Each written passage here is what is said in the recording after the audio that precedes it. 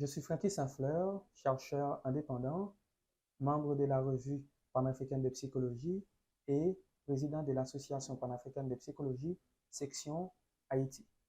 Je suis co-auteur du livre L'invention du sujet moderne à travers la mode, paru chez les éditions L'Harmattan de la rubrique Logique sociale. Le livre est préfacé par Sarah Ondotong, artiste, anthropologue et spécialiste en construction de textiles. L'identité, l'image de soi et construction du corps, c'est un travail de recherche qui a été mené pendant 4 ans. Et plusieurs raisons peuvent expliquer le choix de ce sujet de recherche. Dans un premier temps, c'est en Haïti où la modernité s'est mise debout pour la première fois quand les captifs africains ont brisé les chaînes de l'esclavage. Dans un deuxième temps, depuis le début du 19e siècle, plus précisément en 1804, le terme liberté est synonyme de modernité. On assistait donc à une montée en puissance de l'individu maître de son corps. Ce travail de recherche est divisé en deux grandes parties. Il y a une première partie qui prend en compte le corpus théorique. La deuxième partie, bien sûr, qui prend en compte les aspects empiriques de la recherche. Cette étude veut comprendre la construction identitaire des mannequins en Haïti. Cette étude aussi voudrait comprendre l'évolution de la mode en Occident et les modèles de beauté dominants. Cette enquête voudrait montrer la manière dont les mannequins haïtiens tentent ou la manière dont les mannequins haïtiens arrivent à construire leur identité. N'est-il pas vrai que la mode peut renforcer ou peut contribuer au renforcement de l'image de soi des personnes qui la pratiquent? En guise d'appareillage théorique, nous avons mobilisé des approches sur l'identité, principalement avec des auteurs comme Jean-Claude Kaufmann, Claude Dubar et Lanclaude. Nous avons aussi mobilisé des approches théoriques sur le corps avec principalement Marcel Mauss, David Le Breton. Pour comprendre la démarche, nous avons utilisé l'approche, ou du moins le constructivisme et l'interactionnisme symbolique pour comprendre et analyser le processus de construction identitaire des mannequins. Nous avons construit notre charme argumentatif autour de la beauté, du travail de la mode, de l'identité, mais aussi du corps dans la mode. Nous avons mobilisé d'abord et avant tout un grand philosophe, Emmanuel Kant, qui dit que la beauté est ce qui plaît universellement sans concept. Le philosophe perçoit le beau comme une sorte de sentiment de satisfaction qu'il évite de confondre avec ce qui est agréable. Ainsi, ce qui est agréable plaît surtout au sens, tandis que le beau se réfère à l'esprit. Dans le monde contemporain, le beau ou la beauté est mesurable. Mais cette mesure est souvent relative au lieu, au temps et à la classe sociale, mais aussi, l'on peut ajouter, la culture. La mode et le beau sont intimement liés. La mode construit le beau et certaines fois, la mode prend ses distances avec l'innovation. Si dans le monde contemporain, les innovations découlent des nécessités, il reste vrai qu'elles durent tant que le besoin se fait sentir. Là, on cite Sapir. Sans le regard de l'autre, le beau est vide de contenu. La contemplation même du beau est une nécessité existentielle. Pourtant, il faut citer que le regard de l'autre pourrait certaines fois réduire le beau à ses propres jugements. Des jugements qui peuvent être simples, réducteurs, mais aussi discriminatoires. Ce que nous appelons beauté peut être une formation, mais aussi ça peut être une déformation de la beauté originelle. C'est pourquoi David Hume nous l'avait bien fait remarquer que la beauté n'est pas une qualité inhérente aux choses elles-mêmes, mais elle existe seulement dans l'esprit qui la contemple. Et chaque esprit perçoit une beauté différente. Le beau suggère une littérature dense. C'est d'ailleurs un thème qui a fait couler beaucoup d'encre. Au contraire, le laid, loin d'être son opposé. Le laid est plus généralement relégué au second rang dans la littérature scientifique et philosophique.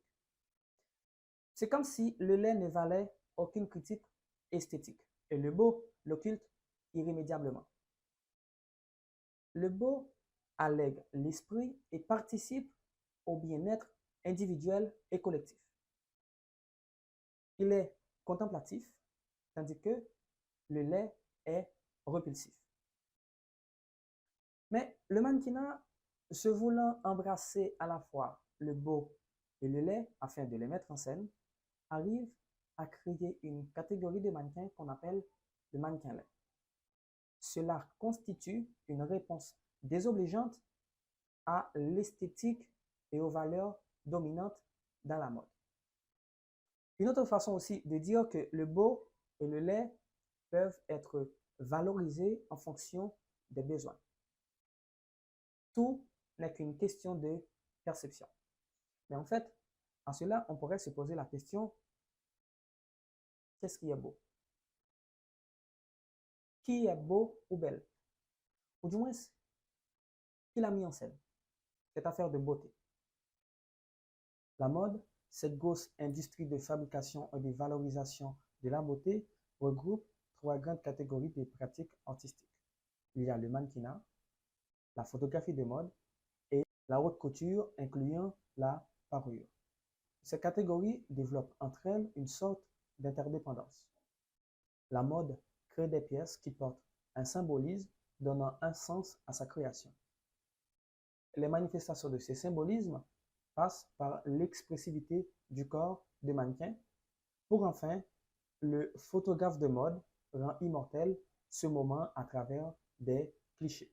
Le corps, au regard de la postmodernité et de l'hypermodernité, selon Pinochet, est sujet de réification.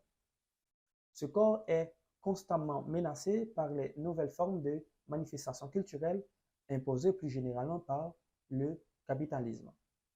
Pinochet postule que un corps réifié est dès lors modulable à loisir, lieu d'investissement, de placement, de négociation, de faire valoir et pourquoi pas de production artistique.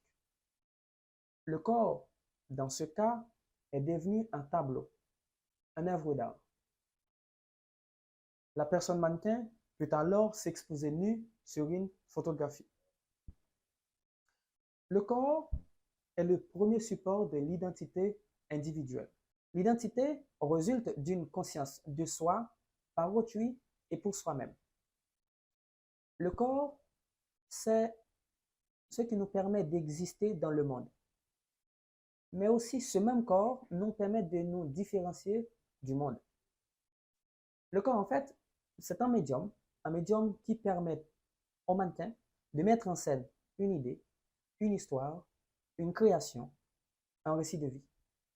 En fait, ce qui est exposé pour le mannequin est en effet un tableau digne de contemplation et d'admiration. Le corps du mannequin n'est plus, dans ce cas, la simple interface anatomique d'un individu. Mais ce corps doit être vu comme un corps inventé, un corps qui est construit, fabriqué, façonné et modélé par les créateurs de mode. Pour reprendre Pinochet, c'est un corps qui est conçu en atelier de design, autrement dit par des reloqueurs. Le but, en fait, c'est d'arriver à créer des canons de la beauté. Ces canons vont répondre aux besoins du système capitaliste de consommation. Les créateurs, dans ce cycle, imposent des conditions strictes quant à la manière de cultiver son corps. Mais ces conditions sont imposées généralement à toute personne qui désire intégrer l'univers de la mode. Le corps, dans ce cas, est devenu une entité modulable, une entité symbolique ou encore, selon le breton, un territoire de reconquête de soi. En termes de résultats de ce travail de recherche, nous avons pu caser, ou du moins catégoriser, deux groupes de participants. Et il faut le préciser que ce travail de recherche a pris, en fait, nous avons pris en compte le discours des mannequins, le discours des créateurs de mode, c'est-à-dire des responsables d'ateliers de haute couture en Haïti, mais aussi des photographes de mode. Au cours des entretiens avec les mannequins, les photographes de mode, mais aussi les créateurs de mode, nous avons pu identifier deux groupes selon lesquels on pourrait dire que c'est un modèle de beauté haïtien. Il y a, pour un premier groupe, le modèle de beauté haïtien doit être mince, teint clair, avec des cheveux plutôt lisses. Alors, ce modèle correspond davantage au modèle de beauté occidental. Il y a aussi, pour notre groupe, c'est totalement l'inverse. Pour ce groupe, le modèle de beauté haïtien doit être un marabout. Alors, le terme marabout créole, c'est genre une fille plutôt ronde, avec un teint foncé, mais aussi avec des cheveux crépus. En termes de résultats, nous avons pu identifier trois groupes. Un premier groupe assume leur choix et travaille pour garder la marque. C'est-à-dire, ils sont en effet, c'est en effet ceux pour qui les exigences et les critères doivent être respectés à la lettre. Et l'on doit aussi rester dans le cadre prédéfini de mannequin. Ces femmes, principalement, pensent qu'elles sont faites pour vendre le travail des créateurs. Deuxième groupe, qui ne conteste pas ouvertement cette idée, mais qui essaie d'ajouter un plus. Pour ce groupe de mannequins, ils estiment que leur travail ne peut pas seulement se résumer à vendre l'autre sans pouvoir se vendre soi-même.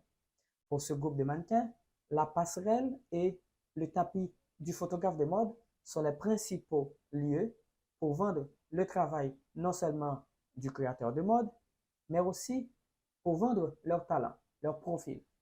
C'est-à-dire, ce groupe voudrait rentrer dans ce qu'on appelle le double jeu. Ils veulent non seulement vendre la création du créateur de mode, mais aussi ils voudraient vendre aussi leur talent, leur profil, ce qu'ils ont à vendre comme mannequin, autrement dit, leur corps. Il y a un autre groupe, disons le dernier groupe, qui estime que les exigences faites par le créateur de mode sont trop inclusives.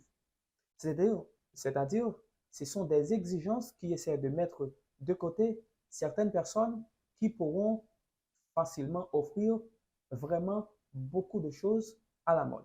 Je pense que les restrictions vont bien au-delà des caractéristiques physiques. Il y a des personnes qui veulent tout donner pour la mode, mais qui sont limitées parce qu'elles ne répondent pas aux exigences. Là, je cite directement une des participantes. Ce qu'il faut retenir par rapport à ces trois catégories de résultats que nous avons pu obtenir au cours de cette recherche, c'est qu'il faut comprendre que la construction du corps de mannequin n'est pas faite de manière unilatérale. Autrement dit, le corps construit par les créateurs de mode n'est pas un corps qui est survalorisé pratiquement dans toutes les cultures. En Haïti, comme je l'ai dit, il y a pour un groupe de mannequins où la construction, le modèle que les créateurs de mode ils essaient de vendre, c'est le modèle parfait. Mais pour d'autres mannequins, ils estiment que la culture haïtienne doit être primée. Autrement dit, la culture d'Haïti doit être en avance pour dire que ce que les gens, ou du moins ce que la majorité pense, ça doit être l'idéal de l'haïtien. Nous espérons, entre autres, que d'autres travaux étudieront en profondeur les relations de pouvoir existant entre le mannequin, le photographe de mode et le créateur de mode. D'autres travaux aussi pourraient prendre en compte le point de vue du public qui est le principal consommateur en termes de construction du corps.